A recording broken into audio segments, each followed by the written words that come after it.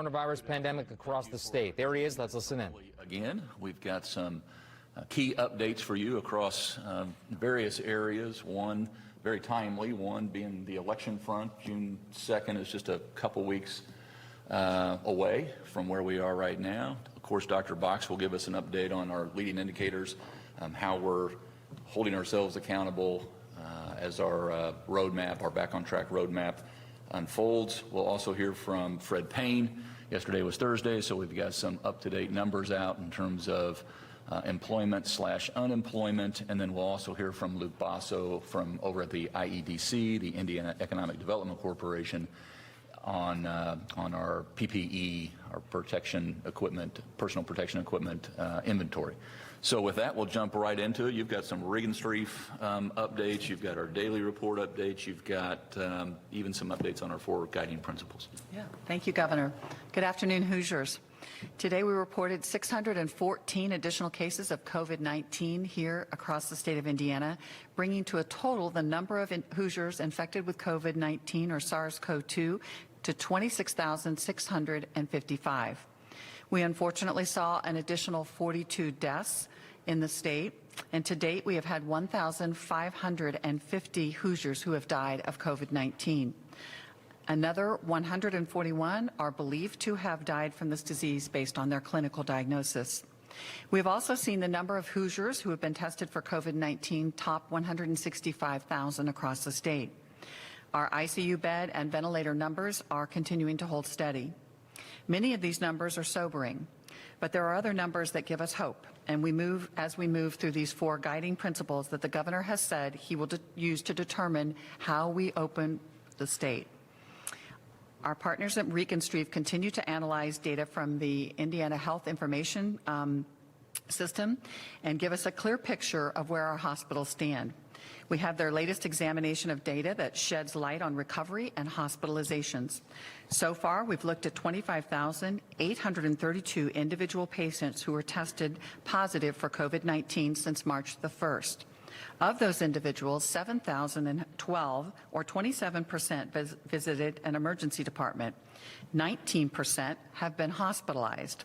1,100 patients have been admitted at some time during their hospital course to an ICU. That's 4% of all of our positive patients, or 23% of those who were hospitalized. An important part of that hospitalization data is also the discharge data, which helps to show some of our recovery rates. 72% of hospitalized patients have been discharged. 11% are likely still hospitalized, whereas 17% of hospitalized patients, unfortunately, have been known to die. This information in the Fairbanks study, along with all the other data that we collect each day, is helping us to be able to monitor the 4 guiding principles we use to make decisions about how safely we can reopen to this new normal here in Indiana. As you recall, these principles are the daily hospitalization rate, our ICU and ventilator capacity, our testing, both the ability to test and the positivity rate, and our contact tracing. Let me start with hospitalizations. This slide shows we are on the right path in terms of hospitalizations, dropping from 170 patients admitted in April 1st to 71 on May 12th. The number of COVID patients and people under investigation peaked about 30 days ago. As we've said, we do expect to see more cases as people start to get out more. So we will be monitoring this data closely as we look at more parts of the state to reopen. In addition to monitoring the number of hospitalized COVID-19 patients, we have also worked diligently to ensure that our healthcare system retains the capacity to treat this surge of patients. That's why we've been providing regular updates on ICU bed and ventilator capacity. When this pandemic first started, our concern was that we would not have enough beds or ventilators for people who need them, and many of the models that we saw from other states indicated that we would outstrip our capacity during the surge. We were able to flatten that curve and keep the surge manageable to date. We've done that by staying at home, by wearing our masks and washing our hands to help limit the spread of this disease. Our hospitals built capacity by converting rooms into ICU beds, and we acquired additional ventilators for that opportunity if we would need them during a surge. As a result, the ICU and ventilator rates are holding steady. That means we have the ability to care for our most severely ill COVID patients, and I hope that's reassuring to Hoosiers across the state. Another of our guiding principles is to have the ability to test all Hoosiers that have symptoms of COVID-19. We have made significant progress toward this goal despite continued challenges with getting testing supplies and have seen a large increase in the number of Hoosiers who have been tested. Since April 15th, more than 100,000 Hoosiers have been tested for COVID-19. By comparison, for the first 6 weeks, we tested just under 59,000 people between February the 29th and April the 14th. The drive-through clinics that we're holding every week around the state have been a big part of this effort. We have tested 8,100 individuals through these clinics and continue to work to offer 4 clinics around the state each week. We also have launched nearly an additional 50 sites around the state where Hoosiers can get tested. To date, more than 6,000 Hoosiers have been tested as of Thursday. We expect that number to increase significantly as we add the new location and adjust other locations. We have more than 170 locations now listed on our testing site map at www.coronavirus.in.gov. As you heard yesterday, we are preparing for a second wave of testing for the IU Fairbanks School of Public Health research study in early June. There we expect to test an additional 5,000 people. This study is an invaluable tool because it has already shown us that the majority of cases in Indiana were the result of close contact, oftentimes household contacts, and not a large amount of community spread. That 2.8% rate includes 1.7% of individuals that were positive for their PCR, so actively infected at the time, and another 1.1% that were positive for the antibody. It also showed us that 45% of those who were tested were asymptomatic or pre-symptomatic, which means not only the need to continue the social distancing, the wearing of masks, and washing our hands, and the very, very important aspect of contact tracing, which is our 4th guiding principle. To that end, we launched our new centralized contact tracing this past week. We started with 21 counties that represents 56% of our statewide cases. We have hired more than 500 contact tracers, which exceeds our goal of having 500 on board by the end of this month. That workforce has included doctors, nurses, epidemiologists, nursing students, medical students, and clinical social workers. Nearly 2,200 outbound calls have been made to date. We will add the remaining Indiana counties this upcoming Monday. I want to share some of the success stories from this first week of contact tracing.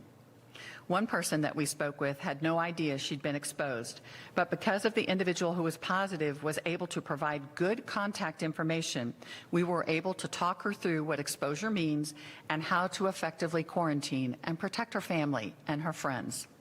We also reached a very emotional Hoosier whose spouse had just passed away.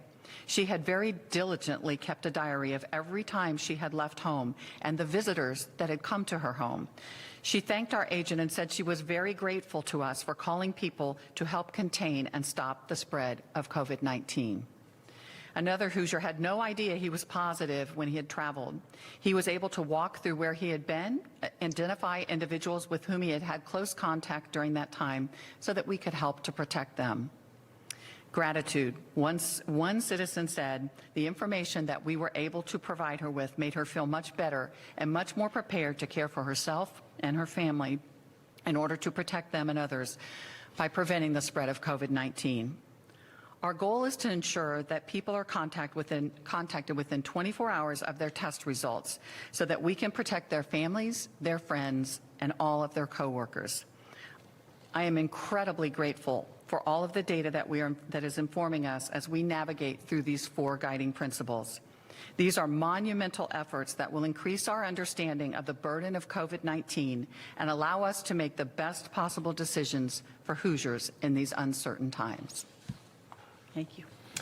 Thank you, Dr. Buck. Speaking of launched, under the direction of Secretary Schellinger at the Indiana Economic Development Corporation, we launched last week the PPE Marketplace. Luke, you want to give us an update on how that's going a week into it? Yeah, thank you, Governor. Luke Basso, Chief of Staff, IEDC. First, I'd like to give you an update on the PPE procurement donations. To date, the state has secured commitments for more than 16 million pieces of PPE, up from 9 million reported last week. with more than 12 million items already delivered to the state of Indiana. 8 million pieces of PPE have been delivered in the last 10 days. Not only is our business community stepping up to manufacture and source PPE, of the 16 million pieces committed, over 1 million of those have been donated by Indiana businesses. Special thanks to all of our partners, including Cook Medical, Ivy Tech, Herta Autosports, and Fiat Chrysler, who this week alone donated 150,000 pieces of PPE. As announced last week, we launched the Indiana Small Business PPE Marketplace for restaurants, retail, personal service, and office environment. Initially, we were able to fill 10,000 orders through the marketplace. As of today, the initial 10,000 orders have been shipped. Just like any operation, though, there have been some hiccups along the way, and less than 1% of the orders did have minor shipping issues. However, we worked with our logistics partner, and we were able to get those bundles reshipped this week. In total, the marketplace has received more than 20,000 orders since it went live last Wednesday. Through our procurement partnerships, the IEDC has been able to source enough non-medical grade PPE to be able to ship 12,000 additional orders next week. With additional supplies coming in daily, we anticipate we'll be able to announce additional shipments. Once again, I'd like to remind you that all the items in the marketplace are subject to availability, and the marketplace is a secondary source for PPE. You should continue to try and source PPE from other places before coming to the marketplace. While we're happy to be able to supply PPE to help you open your business, our first commitment remains to our frontline workers who continue to fight this virus daily. Again, I would like to thank the Indiana Department of Health and Secretary Schellinger and my colleagues at the IEDC for making the marketplace possible. Thank you. Thank you, Luke. Secretary Lawson, like I said, June 2nd, right around the corner. You've had a lot of, you've had to turn and burn and put in some safety precautions like never before in our state's history, and I suspect that our absentee process is heightened and maybe hyperactive compared to some previous years. Absolutely, it is. Well, thank you, Governor. Thank you for your continued support. We're 18 days away from the June 2nd primary election, and my office has been working nonstop to make sure that we're prepared for a safe and a smooth election day. It's good to see the COVID numbers are trending in the right direction, but it goes without saying that we all need to remain vigilant in the weeks to come. So my office has been working to supply all 92 counties with personal protective equipment, or PPE, so that poll workers and election staff are properly outfitted for Election Day and early voting. Using the Federal CARES Act appropriation, many of our PPE supplies have been contracted from Indiana suppliers, and this is what we have purchased so far. 5,000 gallons of hand sanitizer and 10,000 refillable dispenser bottles. Over 4,000 gallons of disinfectant cleaner for voting machine and electronic poll book tablets with 10,000 refillable spray bottles. 85,000 12x12 microfiber cloths for disinfecting voting machines and electronic poll book touchscreens. Over 300,000 pairs of disposable gloves. 200,000 ear loop face masks, 25,000 face shields, and over 3,500 acrylic sneeze guards. We've been very deliberate and careful not to solicit vendors supplying critical care needs as not to interfere with those supply lines. And we received these materials at a state warehouse just a few days ago. Some supplies are being stored as surplus in the event of a recount. Let's hope not. And the rest are being distributed to counties as I speak. Of course, we couldn't have done this alone. The Indiana National Guard has been invaluable and took the lead on receiving and sorting and shipping the supplies to all 92 counties. Shipments started being delivered yesterday. I believe 28 counties received supplies yesterday, and by early next week, all counties will have received their supplies. But without the support of the governor and General Lyles and Colonel Hackett and Major Anderson and all the guardsmen assigned to distribution, we wouldn't have been able to stay on schedule with this project. So it's important to note that these supplies only will cover poll workers and election staff. It does not cover the general public. So for those of you planning to vote early, in person on primary election day, please just, follow the directions that you've heard all along. Wear a mask. If you've got gloves, they're clean. You can wear those to the polling place as well. We want to protect all of you. We all need to do our part to keep our community safe, and I urge you to join our poll workers in following the CDC guidelines for personal protection and social distance. One of the most effective ways to protect yourself and keep your poll workers safe is to vote absentee by mail. I encourage all voters to vote absentee in the June 2nd primary. The deadline to request an absentee mailed ballot is next Thursday, May the 21st. You can request one of those ballots by mail, fax, email, or submit an absentee ballot application online at www.indianavoters.com. It's a very simple process, and you don't need an excuse to request one. Once you receive your ballot, vote, put it in the inner envelope, and put that envelope in the postage prepaid envelope and sign it and send it back. Your county clerk needs to receive it by noon on Tuesday, June the 2nd. Again, that's not the postmark date. They need to have it in hand by noon on June the 2nd. We are anticipating and have had a higher number of absentee ballots than normal this primary. For reference, and I'm speaking of mailed ballots only, in 2016, 53,818 voters cast an absentee by mail ballot in the 2016 primary election. This year, as of this morning at about 7:45, my last report showed 330,657 voters have cast an absentee ballot by mail. And again, we're 18 days out.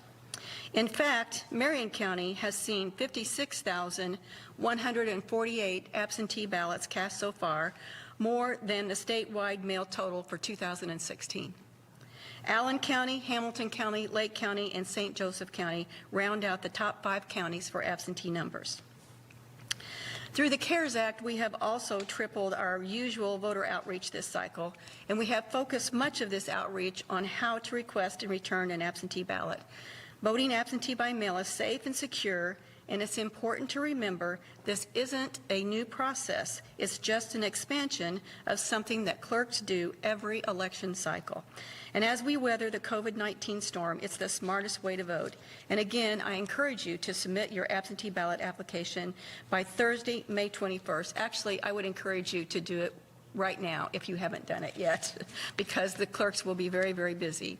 If you decide to head to the polls in person, whether early or on election day, I think considering to vote early in person really and truly might be a smart thing to do. We are trying to spread out, any crowd, and so beginning on May the 26th, the Tuesday after the Memorial Weekend, you can vote early in person. Check with your county as regards to the locations because they may be different than in the past.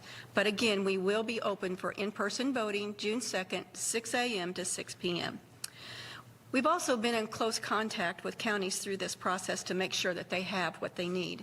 And this past week, we sent out a survey to counties regarding poll worker appointments. Many counties have their positions filled, but some counties still need help. If you are a registered voter in the state of Indiana, please consider contacting your county clerk's office and volunteering to work the polls on Election Day, June 2nd. You'll be paid for your time, and this pay does not count against unemployment thanks to an order signed by the governor last week. And remember, and one other thing is Election Day is a state holiday for state and county workers. And so if you're a state employee and you would like to perform a civic duty, we would love to have you volunteer to be a poll worker on Election Day. And once again, thank you, Governor Holcomb, the Indiana National Guard, our hardworking county clerks, and those volunteering as poll workers, my staff, and everyone working to make this election run smoothly. Thank you. Thank you, Secretary Lawson. And you're going to be able to stay and answer questions because I'm assuming yeah. Fred, you want to give us your weekly updates? With the Department of Workforce Development, I should have said. Yes, sir. So our initial claims for the week ending May 9th are at 30,691. This continues a weekly downward trend since our peak back in March. We paid out a total of $1.4 billion in unemployment insurance benefits since March. That includes $440 million in state benefits and $1 billion in federal benefits. We've had nearly 2 million call interactions since April, and over 350,000 interactions in May so far with our call center. Additional staffing and technology changes continue to help us to improve. Our average call wait time has been reduced by 50% between April 24th and May 11th. Our claims volume, of course, is extremely high. Technology, automated changes, and increased staff have also allowed us to move more claims to resolution. With increased automation, solely increased automation and automated claims, we've been able to move from resolving 63,000 issues weekly to 270,000 issues weekly. With increased staff, this is the manual part of our process. We've been able to move from resolving 6,800 issues in a week to 27,000 in a week. This is a positive trend, but we know that this trend has to get deeper. So I want to discuss the top reason why claims go beyond 21 days. This is because a claim may have an issue or multiple issues. Well, what is an issue? An issue is anything that causes a claim to be reviewed. A single claim may have multiple issues. So a claimant and employer, there has to be some type of interplay between the two when we resolve an issue. So for example, we would have to talk to a claimant and an employer to resolve the issue. If we can't get in contact with one or the other, we leave a message and we have to wait 48 hours for them to return the call.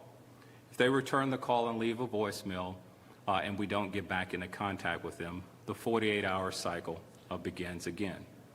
That's the typical handling process when an issue occurs. There are 3 issues that have the highest volume for us right now. Those 3 issues are deductible income issues, employment status issues, which are full of part-time issues, and voluntary quit concerns. Each one of these issues requires a dedicated person to investigate them. We can't automate this. We have worked with our process and automated out as much as we can to ensure that we have quicker and faster claims processing on those issues. We're trending in the right direction here, but we know that it's not deep enough where every single Hoosier who has filed for unemployment benefits is feeling this positive trend. But we will get there, and each and every Hoosier who is eligible for unemployment benefits will receive those benefits. Now I want to give a quick update on some of our federal programs. As you may recall, we quickly added the $600 a week add-on for PUC, or the Pandemic Unemployment Compensation.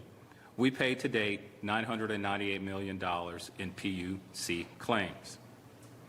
Under our PUA claims, or program, the Pandemic Unemployment Assistance Program, on May 8th, the day we consistently shared that payments would begin, we started making PUA payments.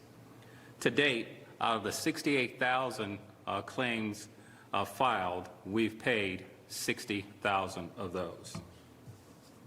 We're working through all of the retroactive payments that we need to make on this group of workers. We've also started last week our PEUC program. That's the Pandemic Emergency Unemployment Compensation Program. This is essentially the 13-week extension for unemployment, because otherwise the program goes for 26 weeks. So that program is now in effect. Those are the three programs that we have now implemented, and we're continuing to revise each one of those programs. As you may understand, that when you put new programs up pretty quickly, there may be some kinks we need to continue to work out.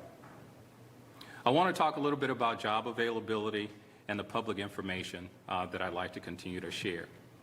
As an agency, we continue to have the responsibility of connecting people to resources, connecting people to job training resources, connecting people to jobs, and connecting employers to skilled workers. Last week, we had a virtual job fair up in the Kokomo area for General Motors. We had a record number of registrants who participated in that program. So coming up on May 20th and 27th, we have a virtual job fair for the Terre Haute area.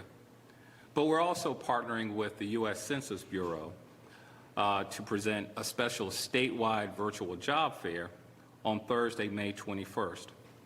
There will be more than 700 positions looking to be filled across the state. For those who are looking for employment opportunities, feel free to visit indianacareerready.com. Now, I want to finally talk a little bit about our rapid recovery plan. As I mentioned a few times before, we have a rapid recovery plan and team in place so we can continue to work on how we quickly ramp up and get out of this pandemic and skill people for the jobs to come. So we'll continue to plan and provide in our rapid recovery plan timely and relevant support to Hoosiers looking to advance their job skills. The plan will include resources to pay tuition and fees to enroll in certain college and job certification programs. We'll have more information on this to be rolled out pretty soon. As a reminder, this program or this rapid recovery plan is a joint effort with the Governor's Workforce Cabinet and the other not-for-profit organizations throughout the state. Thank you, Governor. Thank you, Fred. Just a few quick items before we jump right to the Q&A portion of the program. We find ourselves in a season now where a lot of Hoosiers, be it parents or students, are taking their last day photographs. We've got a lot of high school students and a lot of college students graduating right now and in the weeks ahead. And I just wanted to recognize we understand how much they've endured. They have been maybe knocked back, but certainly not knocked down. They got creative pretty quickly. It's been heartening to see some of the creative photos out on social media of folks in maybe an empty gymnasium, cap and gown, or maybe out on the farm, unlike some other past years, or parades that are going in front of a house celebrating a student's success, or principals or teachers delivering gifts to a front doorstep and, knocking on the door and then backing up and giving the old salute. And I just wanted to say from myself and from all of us to all of those graduates how proud we are of them for enduring and overcoming all of these challenges that you've taken on one by one, proving you're flexible, proving you're resilient, proving that you'll persevere. These are the very traits that are really going to serve you well in this next chapter ahead. So I didn't want this week to get away understanding what was occurring over this weekend and starting to see more and more pictures of those success stories. And I cannot wait to see where you all end up, knowing that you have gone through this challenge. And if there is a silver lining to some of this, it's, as I've said before, when you confront great challenges and come out on the other side, there's a lot of opportunities out there, and it's being recognized by a lot of folks. So congratulations, graduates. Also, I wanted to give you two very quick websites, very timely websites. We've always been a leader in years past in terms of our census and filling out the form. That's very important. A lot of us haven't done that yet. I'm not speaking for myself. We're good, but a lot of Hoosiers haven't done that. They're voting absentee. Good. You said smart, but the other smart thing to do is to go to my2020census.gov, my2020census.gov, and fill out that form. That's going to, in part, determine not just how many represent our Hoosier interests and where and funding and how that is allocated in those areas of need all across the state of Indiana. So we've got a shot to do this, and we need to. So please go to my2020census.gov. And then lastly, another website, www.coronavirus.in.gov. There you can go find where there are good Wi-Fi hotspots. And so if you don't have a strong signal at home or you don't have service at home, we can show you at that website the closest available Wi-Fi hotspot. Now, keep in mind, we're going to do everything. We've allocated $100 million to bridge this digital divide throughout the state of Indiana and most of our rural parts of our state. That program is continuing. It's been underscored or accented even more, the necessity to complete that program in the times that we're living in, and in this new, as you said, new normal or new reality ahead, where telemedicine and telecommuting and teleeducation are going to continue to just increase in demand. And so again, www.coronavirus.in.gov, and you can figure out exactly what's closest to you. And with that, Rachel, let's start with the first question. Victoria Ratliff, the State House file. Good afternoon, Victoria. Good afternoon, Governor. So the COVID-19 Health Disparities Task Force was created to study the issues of how African Americans and other minorities are disproportionately affected by COVID-19. So who all is on the committee? Will there be hearings that are available to the public? And do you expect there to be specific recommendations for actions the state can take now and in the future? So those are great questions. Honestly, I'm not aware of absolutely everybody's on there. I know we do have representation from our legislative group. We have representation from our Minority Health Coalition, from our Black Caucus. We have representation from Health, from FSSA, so multiple different agencies and individuals all across our state are becoming a part of this group. As we look at those disparities, we're not unknown to this. I mean, we look at disparities quite frequently and work with our Minority Health Coalition partners on a regular basis to address those disparities. But it's particularly evident when you look at something like a pandemic with COVID-19 and the importance of how we make sure that we not only do everything from our testing being targeted to those more disparate populations and making sure that that testing is accessible easily for those individuals, but connecting them to health care and to making sure that we're messaging that and communicating that in a way that really resounds with these specific populations. So we're looking at not only the African American and the Latino, but we're looking at the Burmese population, all of these populations. And so we appreciate those partnerships. And whether those meetings are open to the public, I'm not really sure, but I can find the answer out for you. You want to just mention or give a reminder about the Fairbanks study and how this fits in there as well, and how we encouraged more to make sure that we had an accurate picture in terms of not inequity, but disparity as well.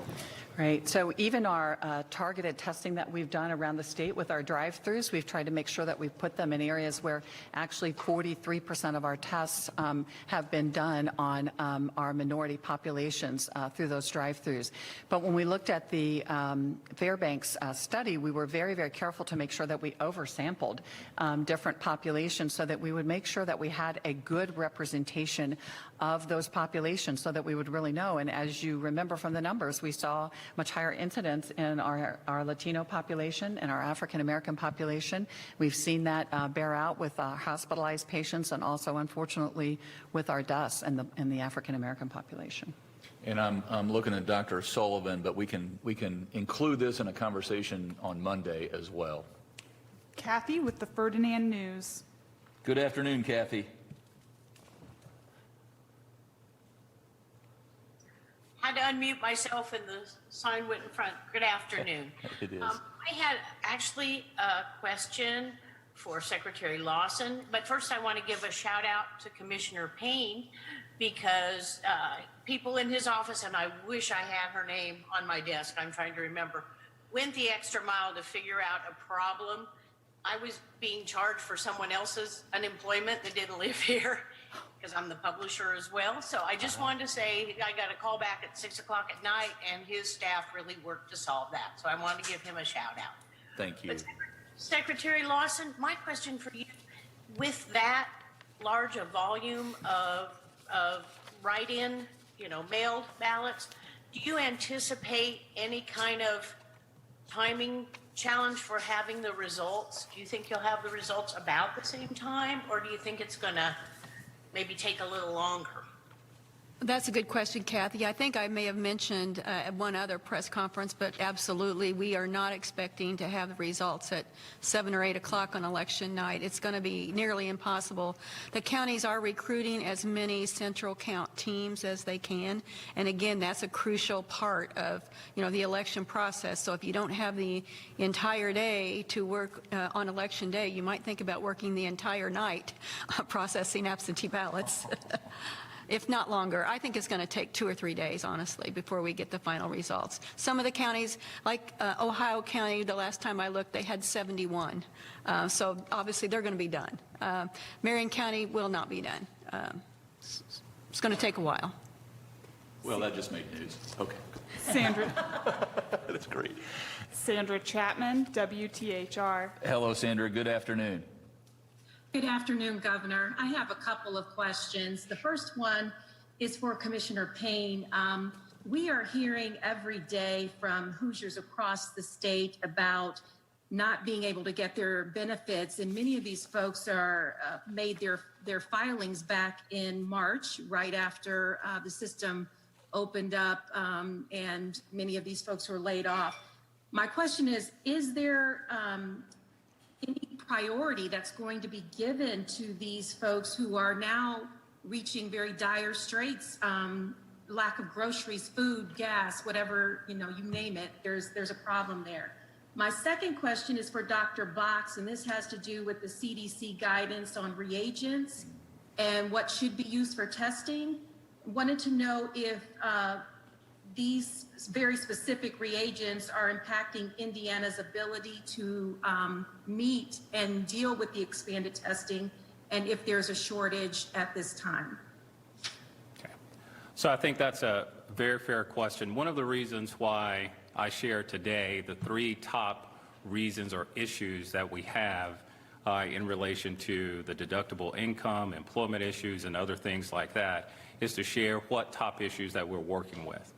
Those are the issues that have taken us the longest to resolve because of the interplay with an employer. And right now we are prioritizing the claims that were filed the earliest. So we are working our way back from the oldest claims to address those issues. Elizabeth Binion. Can we hit One more question. Dr. Boxford? Sandra had a second follow-up about reagents.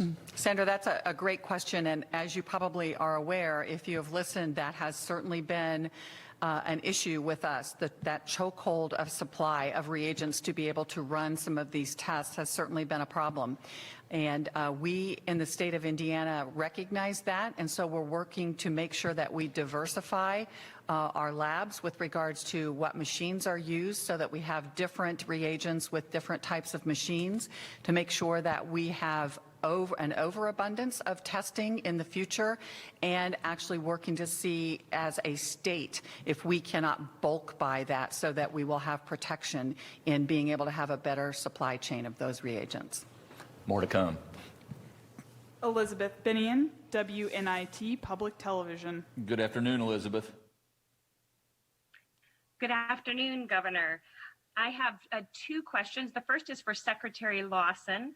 How and when will the state decide if no excuse absentee by mail voting will be extended to the November general election?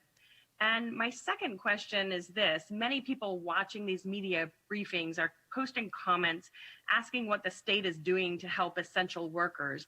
They assert that they could earn more on unemployment than they are earning doing these essential jobs, and wonder how the state can help. So I wonder what your response is to that question, and also how the state will decide if and when no excuse absentee by mail voting will be extended to November. Thank you, Elizabeth. We won't make that decision for a while. Obviously, it took a lot of compromise between both state parties. It took a lot of discussion with the Indiana Election Division and the Indiana Secretary of State's office to reach where we are today. And obviously, it's not going to be impossible to do that. We have done it now. And if we need to do it in November, we can do it. So, but that decision won't be made until this primary election is over and we see how things have gone. And the advice from CDC and our health commissioner and others when we get closer to the November election. So in terms of the unemployment, and particularly the question around whether or not a person is earning a little bit more on the unemployment than they would at their normal jobs, there are a couple of things that play there. First, we have to keep in mind the very reason and the essence of why our unemployment system exists. It exists as a bridge between individuals who are out of work due to no reason of their own until they find a job. It's not to be a placeholder. So with that said, we are trying to ensure that there is an interplay between employee and employer on returning to work, and we're trying to make sure that we have, well, actually with the original executive order, the governor gave us broad flexibility ensuring that as many people who were impacted by COVID-19 were covered as possible. That's still in play, but an individual has to understand and make a decision on if they're going to return to work based upon the reasons why they're asked to return to work, meaning that their job is now back open and back running, and try to ensure that we're using our unemployment compensation system for the reasons that it was intended. Adam Wren, Indianapolis Monthly. Good afternoon, Adam. Good afternoon, Governor. Just a two-part question. The first for Secretary Lawson and the second for Dr. Box. The first part of the question is, what is Indiana's plan for people, for voters who are blind and don't read Braille, or folks who have Parkinson, whose signatures rarely match those on file?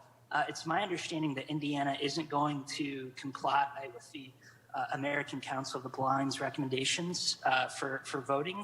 And then the second part of the question is, Dr. Box, what guidance do you have for people who are going to take part in the great Midwestern tradition of garage sales this weekend and in future weekends? Is that a safe activity for neighborhoods, particularly large neighborhoods, to have? Well, mine may be the easier question to answer. Yeah. Yes, Adam, thank you. I understand that we do allow the blind to vote. Every voting center, every precinct has to have a machine that someone who is blind can use if that's what they want. They also, voters can also be visited at home by a travel board if they cannot make it to the polls. So, and we've done a great deal of work on our website, and we have a AAA rating when it comes to allowing people with disabilities, whether it's blindness, deafness, using that website. So we just worked really hard the last year and a half upgrading that website. If you have further questions offline, I'm happy to answer you, but I certainly believe that we're complying with that. And Adam, that's certainly a question I hadn't considered yet, but I think it's a good question. I think that all of our prior recommendations and our encouragements still apply. And that is, I don't think if you're in a risk category, like someone who's over 60 or 65 or has underlying health conditions or is immunocompromised, that you should be having a garage sale. But secondly, if you do go to garage sales or if you have one, please wear a mask. Please have lots of hand sanitizer out and available for people. Please wash your hands frequently and make sure that people social distance. I don't go to a lot of garage sales, but I've seen some pretty busy areas before when people do go to garage sales. So again, people need to park separated and they need to stand separated, and you would be in charge of enforcing that in your neighborhood or at your own home. I used to grow up going to some garage sales, and they got pretty competitive in the neighborhoods. But we might have to, Adam, we might have to include that in our back on track playbook. Steve with KPC Media. Steve, good afternoon. Good afternoon to you. Two questions here. The first one for Dr. Box, real quick. There's been some questions about the accuracy of Abbott machines lately, and if it's my recollection, those were the drive-through machines that were using problems with accuracy. I guess, how are those being used in Indiana, and are there any concerns? And then for Secretary Lawson, while it's probably too late to change gears now on the election, with you encouraging voters to vote absentee today and saying that, quote, it's the smartest way to vote, I guess my question is then, why has Indiana chosen to assume the added PPE costs, the manpower complications with finding poll workers, and run health risks to workers and voters, both to have in-person voting at all this spring? So it's an excellent question. I kind of expected you to ask about that today. It is disturbing to see the reports out that the Abbott ID machine, if you are known to be positive, maybe by PCR, the nasopharyngeal swab, you actually on the Abbott machine 30 to 40% of the time may test negative. That's very concerning for individuals that may be symptomatic at that time and shedding quite a bit of virus. And so my concept with that, and my team has discussed this, is those areas that are using this machine, we would strongly encourage that if you test someone and they're positive, you've got your diagnosis, right? So you don't have to do any further testing. If, however, they're negative and you're suspicious for that, or their contact makes them such that you'd be very suspicious that they could be positive, I would make sure that they get that nasopharyngeal swab for the PCR. The place that I know that we're using this the most is in some of our congregate living areas. I would say not in our long-term care facilities, but in our prisons, and we've already been able to talk with Dr. Doss and her team about that, and they already are making sure that they do PCR nasopharyngeal swabs on their patients. So that is there and available. Our drive-through sites never use the Abbott ID machines, and we'll be making sure that any areas that have this, that we educate and discuss with them what we think would be a great way to use them. Yeah, so Steve, I think your question was why any in-person voting at all? Since we did make it easier for someone to request an absentee ballot, and we've had so many absentee ballots. And the answer is there are many people in the state of Indiana who voting on Election Day is a sacred right to them. They want to vote in person in the election, and we did not want to take that away from them. And as a matter of fact, the state parties, the Indiana Election Commission, and others felt that it was important. And we normally have in-person early voting for 28 days in this state, and we've cut it down to 7. So, and we're likely to have fewer locations for in-person voting. So we just felt like it was very important to allow those people their constitutional right to vote on Election Day. Lauren Chapman, Indiana Public Broadcasting. Hello, Lauren. Good afternoon. Good afternoon, Governor. How's it going? Very good. Yourself? Not bad. My questions are actually for Commissioner Payne. What percentage of employment insurance claims have actually been resolved? We've heard from some folks who are estimating only around 20% have actually had their claims resolved. And to that point, can DWD supply a breakdown of how many people have claims outstanding by the number of weeks that they've been waiting? So for example, X number have been waiting 7, Y number have been waiting 6, et cetera, et cetera. Sure. Well, first off, good question, and numbers are always important. We have resolved much more than 20-something% of the claims. As I mentioned earlier, we look at claims in terms of issues resolved, as that is how our internal reporting system looks. A claim may have multiple issues, maybe 3 or 4 issues, or maybe 1. So we resolve those issues on a weekly basis. The average number of issues that we're resolving per week is around the 220-some thousand issues per week. And in terms of the number of claims that we have yet to resolve, we do have those based on weeks, based on the time that they were submitted. So that is information that we have internally, and that's information that we use to work off of weekly. Thank you, Fred. Rob Burgess, the Wabash Plain Dealer. Good afternoon, Rob. Good afternoon, Governor. Good to be with you again. Quick question for you, and then one for Dr. Box and also you. Governor, we just heard Secretary Lawson's take on not moving completely to vote by mail. But on your end, why not do as California just did and declare ourselves a vote by mail state and send every registered Indiana voter a mail-in ballot? And then Dr. Box, I wanted to return to the IU Fairbanks study. I'm not a doctor or anything, but 2.8% seems like such a small percentage of the state to me. I would have guessed several times that number. Were you surprised to see that level of exposure at the point in time the study was done? And if that's what happened was the single-digit number of infections, what's the state going to look like when it reaches double digits? And Governor, do these numbers change your calculus at all in terms of opening up the state? I think those are all excellent questions. And what I would say is Dr. Dan, who comes quite frequently, just off the cuff said 3%. I mean, he just basically said 3%. And so he was very proud of himself when it came back 2.8% overall. I will say that what it really showed us and what the statistics showed us is that if you lived with someone that was positive, you were 12 times more likely to get it. So it really did show us that there was a significant amount of transmission in that close contact if you were especially living with that individual, but not near as much of that community spread that we thought could have been occurring.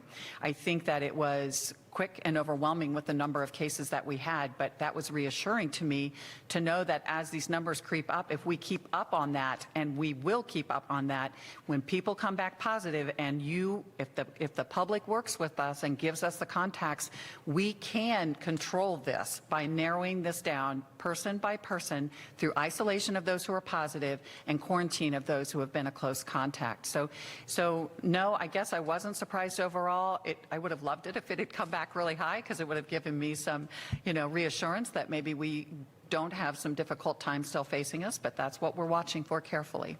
And I would just say, Rob, your third question, the numbers will change my calculus. I mean, if the numbers change, our calculus will change in terms of our 4 principles. But as long as we are keeping those 4 principles as our North Star, as long as we're able to care for those who are in need, medically speaking, then we're going to stay on this course. If those numbers become threatened or take a turn south, then we'll course correct. I did tell Dean Halverson and Nir Menachemi that I was very excited to see what the antibody data will come back from our early June study when we look at that phase of the study, hoping to see those numbers go up quite a bit. Very interesting that it was 1.1%, 1.7%. 2.8 overall. That's right. Not dodging or ducking or diving away from your question, Rob, but I'm going to let you want to mention something about his second question, and then I'll answer that as well. Sure. Regarding why we didn't change our voting process for the primaries to be a vote by mail state. And the answer is, we worked really hard with our current laws to make sure that people could vote their preference, whether they wanted to vote by mail or whether they wanted to vote in person. If we became an all-mail state, that would be an issue that the General Assembly would have to take up. The Indiana Election Commission was allowed to work with the current state law. They're not allowed to change state law. They can work within the state law and make it easier for voters to vote and deal with an emergency, but they could not make that type of decision. It would be something the General Assembly would have to do. And well, we have the means to keep this safe to vote. So, Rob, I would just say that while it's the smartest thing to do to vote from afar, I plan to vote in person. I'll just say that. I may vote early to spread it out, to slow the curve, but as long as we have the means to safely vote in person, I'm one of those people that subscribes to that I'm going to vote in person. But thankfully, we have a lot of options to vote safely. Sam Quinn, the Indianapolis Business Journal. Hello, Sam. Good afternoon. Sam, you have to unmute your microphone. Sorry, my computer was frozen. My question today relates to work share programs as an alternate to traditional unemployment. The Indiana Chamber today released a press release asking the state to reconsider their position on work share. Is that something you're considering? We very well might down the road. We did take a look at this, Sam, and based on the need to upgrade our system and also the need to get some legislative support. It's not something that we're going to move forward on right now, but down the road it very well might be something we take a look at. Our final question is from Dan Klein with Wish TV. Good afternoon, Dan.